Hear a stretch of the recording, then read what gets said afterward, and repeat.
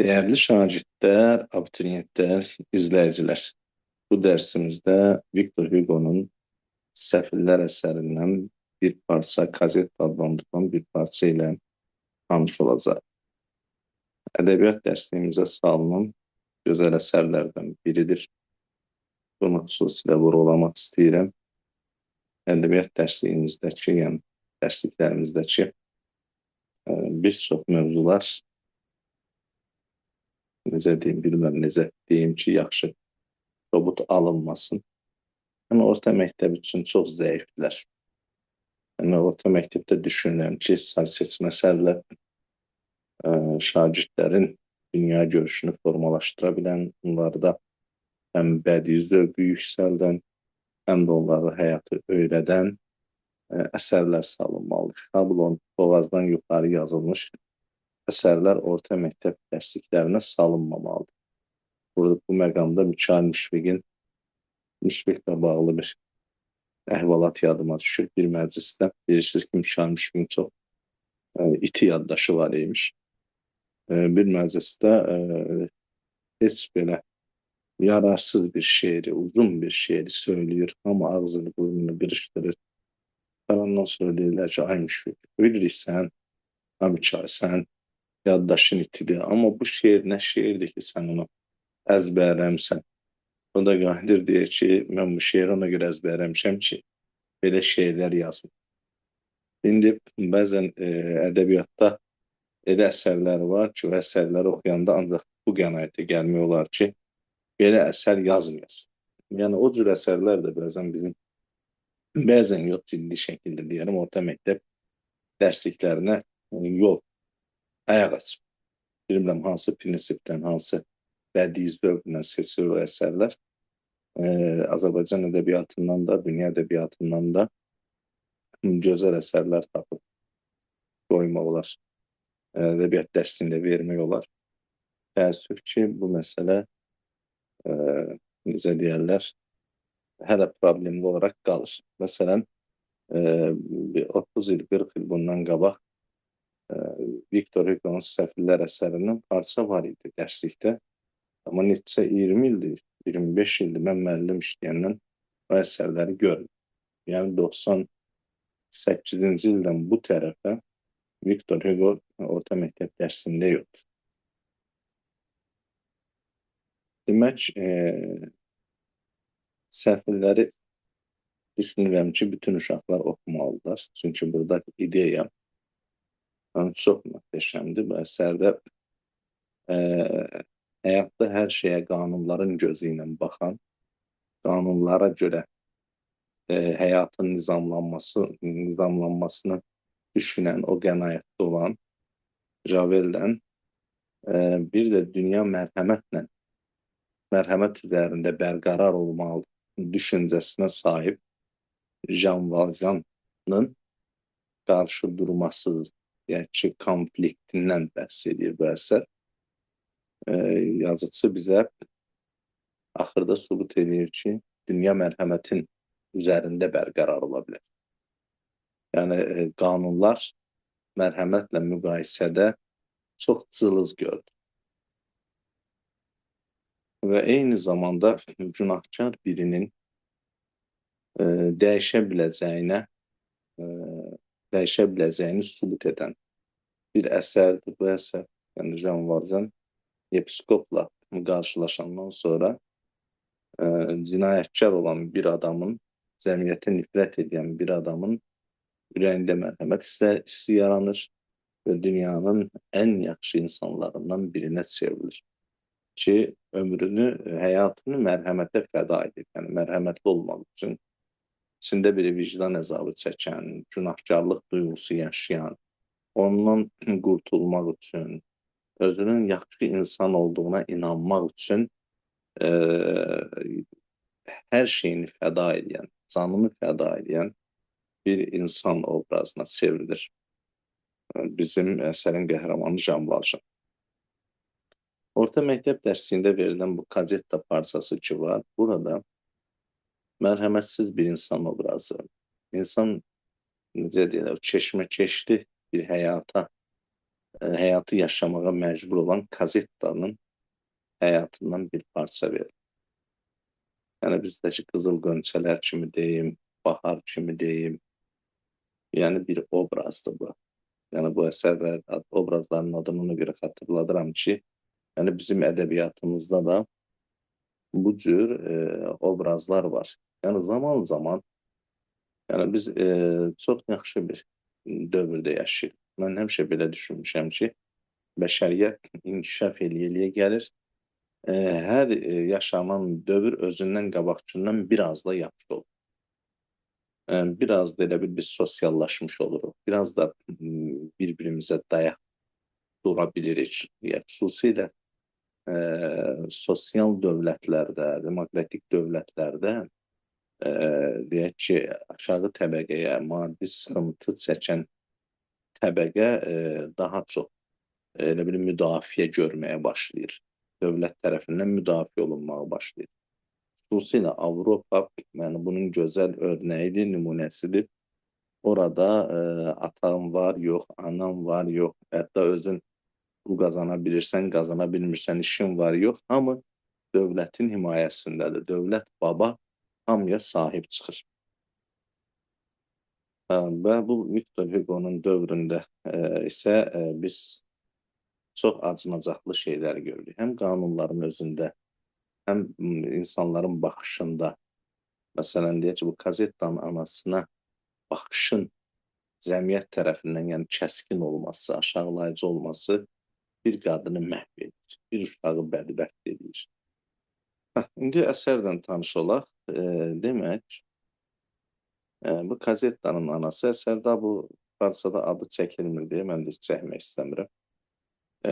Kazettanın anası bu Tenardiyələrin öz evlərini restorana çevirən, mehmanxanaya çevirən, yəni balaca bir mehmanxana, motelə çevirən bir evin qapısında dayanır. Görür ki, burada bir xanım Tenardiyə iki qəşəng səliqəli geyinmiş balaca qızının oynamasına tamaşa edir. Bu qadın da məlum olur ki, uşağından qurtulmaq istəyir. Bunun da qucağında 2-3 yaşında bir qız var, yəni Kazetta adlı qız var. Uşağından qurtulmaq istəyir. Niyə? Çünki söyləyir ki, mən sonra öz dərdini deyir, Parisdən gedirəm, öz yaşadığı yerə gedir. Parisdə iş tapıb yaşaya bilməyib.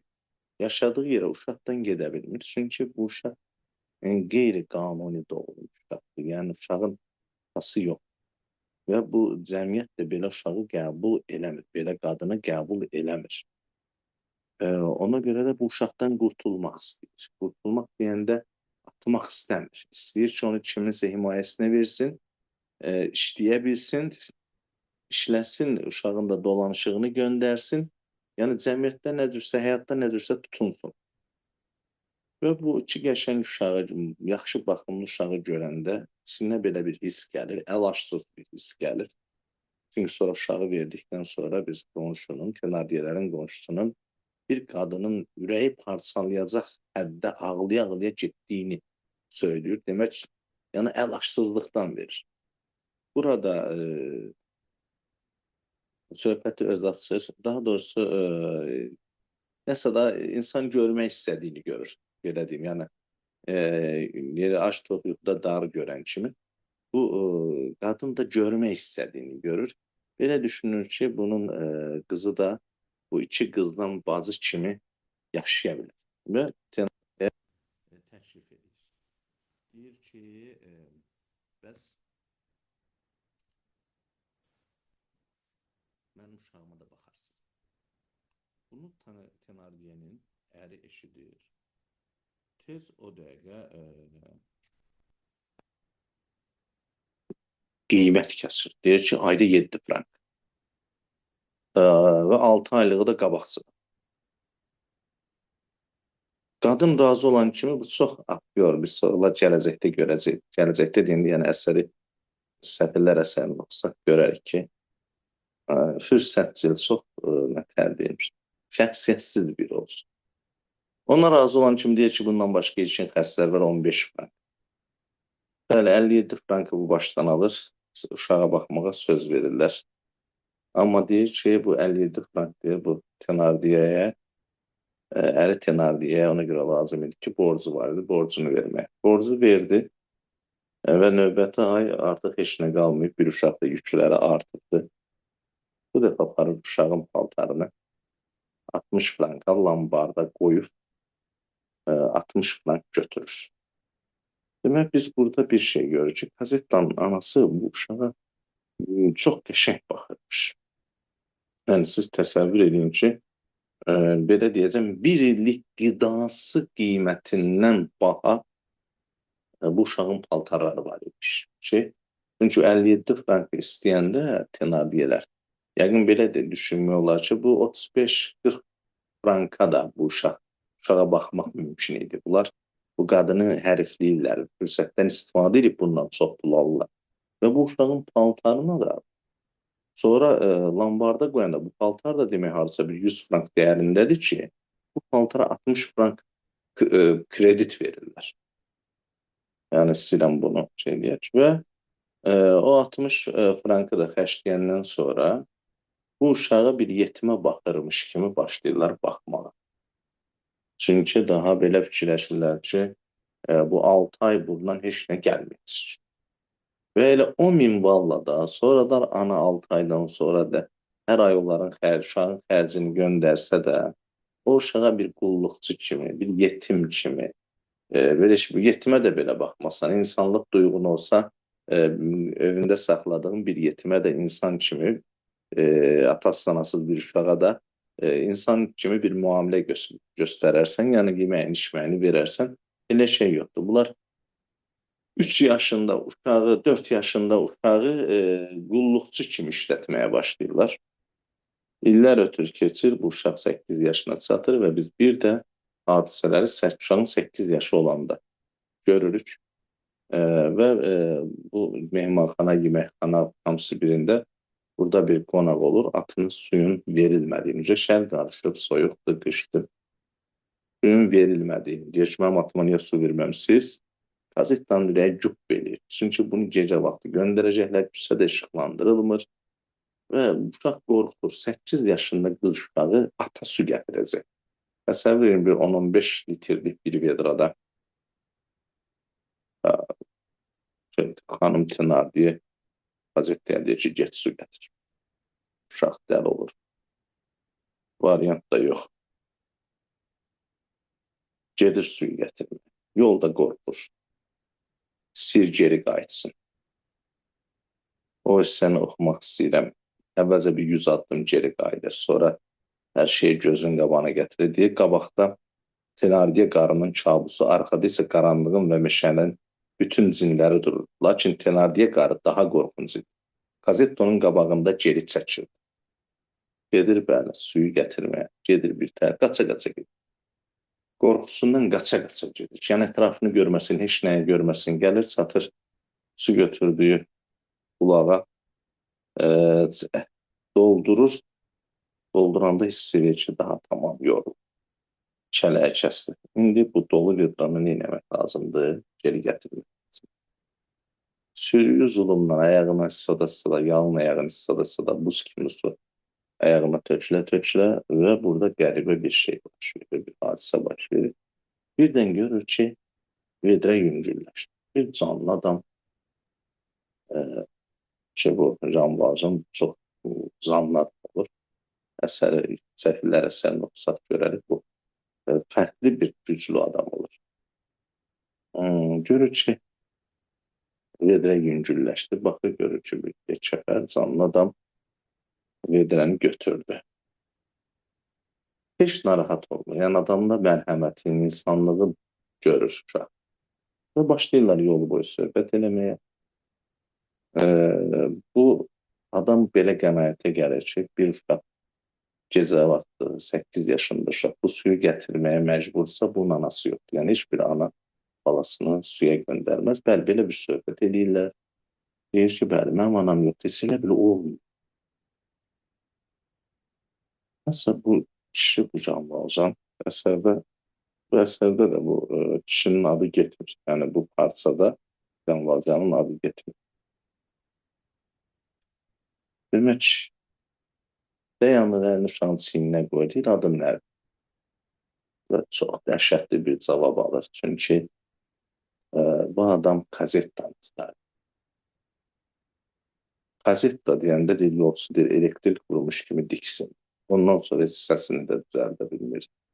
Neysə, gəlib çıxırlar evə. Bu qadın Renardiyə yenə kazettanı bəlkə döyəcəkdi, vuracaqdı, acılayacaqdı, amma Kazetta qorxa-qorxa vəziyyətdən çıxır, deyir ki, bu ağac sizdə qalmaq istəyir. Da müştəri gətiribdi deyib, bu uşağa dəyir. Və yolda bir söhbət də eləmiş olurlar. Uşaq da 8 yaşında uşaq oyuncağının olmadığını, Thenardiyələrin 2 qızının olduğunu, onların oyuncaqları olduğunu, onun heç nə olmadığını, bir balaca tiyəsi, pəncəri olduğunu söylüyor. Və bu uşağın qız uşağıdır da, bu uşaq oynamaqdan da şişir. Həm oynamağa qoymurlar, həm də gözün qabağında tanışır 2 dənə qız var. Onlar səhərdən axşama kimi oynayır. Yəni bu uşaq mənən də çox böyük dağ çəkilir bu uşaq. Həm fiziksel işdə dağ çəkirlər, həm də hər şeydən bu uşaq dağ görür. Bəli, Can Valcan burada, yəni adı da keçmir deyə deyirəm əsərdə. Birdən görür ki, bəs Kazetta uşaq bu Polina və Zelma bacılarının, Thenardiyələrin qızlarının gəlinciyi buraxıb pişiklə oynadığını görür və onların oyuncağını götürüb oynamağa başlayır. Birdən bu bacılar da dəhşət olublar. Bu bacılar xəbər tutan kimi ki, bəs bu gəlinciklə oynayır, tez analarına deyirlər, anası bəlkə şişlənir. Kazetta göz yaşını tökür, hönkür-hönkür ağlamağa başlayır. Bu bizim bu qonaq Can Valcan evdən çıxır. Çıxanda Kazettaya bir təpikdə vurur qadın. Qız deyir, acı ağlayır, amma tezcə Can Valcan qayıdır. Biz əsərin başlanğıcında görürük ki, Kazetta yaşadığı evdən üzbəüz, Thenardiyegildən üzbəüz bir dükan var. O dükanda da böyük bir gəlincik var. Bir saçı belə təbii saçı, yəni saçı adı var idi o gəlinciyin. Həmin gəlincikdən qayıdır, gəlir. Uşaq qətiyyən Kazettada elə bir cəsarət yoxdur. Mən insanın nətər kisildilməsinin, məhv edilməsinin elə bir halını görürəm ki, burada 8 yaşlı uşağın dünyasını darmadağın eləyibdir bu Thenardiyələr. O hətta gəlinciyə yaxın dura bilmir. Thenardiyə onsuz da belə düşünür də, bu kişi çıxıb gedəcəkdir. Buradan da bir gəlincik də qazandı bu qızları. Deyir ki, bu sənindir, qaba götür ginə. Kazetta çox məəttəl qalır, çox belə soruşur ağadan ki, mənimdir mi? Bəli, sənindir. Alır və indi təsəvvür edin ki, bu uşaq hansı hissləri keçirir. Səhər və əsər burada demək olar bitir. Ona yatmaq üçün yer salırlar bu cənaba və bizim səhər cənabımız görür ki, tezdən oyanır. Deyir ki, nə tez oyanmışsınız deməyə. Da elə buradan deyir ki, yolçu fikirli və dalğın idi. Mən bu əsərin yəni dinləyən, oxuyan bu parçanı hər kəsə Səfirlər əsərinin şagirdlər üçün sadələşdirilmiş variantı var. Ən azı onu oxumağı tövsiyə edirəm. Və burada Fantinanın adını yazmışam. Düzdür, bu indiki, yəni bu əsərlə tanış olan şagirdlər üçün lazım deyil. Amma Kazettanın anası Fantina idi və o çox tez onun həyatı sonlanır. Və bu Javer var idi ki, o Can Valcanı əvvəldən tanıyırdı. Bu Madlen Baba kimi tanınır Can Valcan. Bu Javer də Madlen Babanı, bu Can Valcanın həmişə arxasından gedir, onu həbs eləmək istəyir. Əsərin sonunda isə, burasını isə oxuyub tanış olmağı dinləyicilərə, şagirdlərə, abituriyentlərə buraxıram. Diqqətiniz üçün Təşəkkür edirəm. Əgər sizə bir faydam toxundusa, mənim üçün nə mutlu.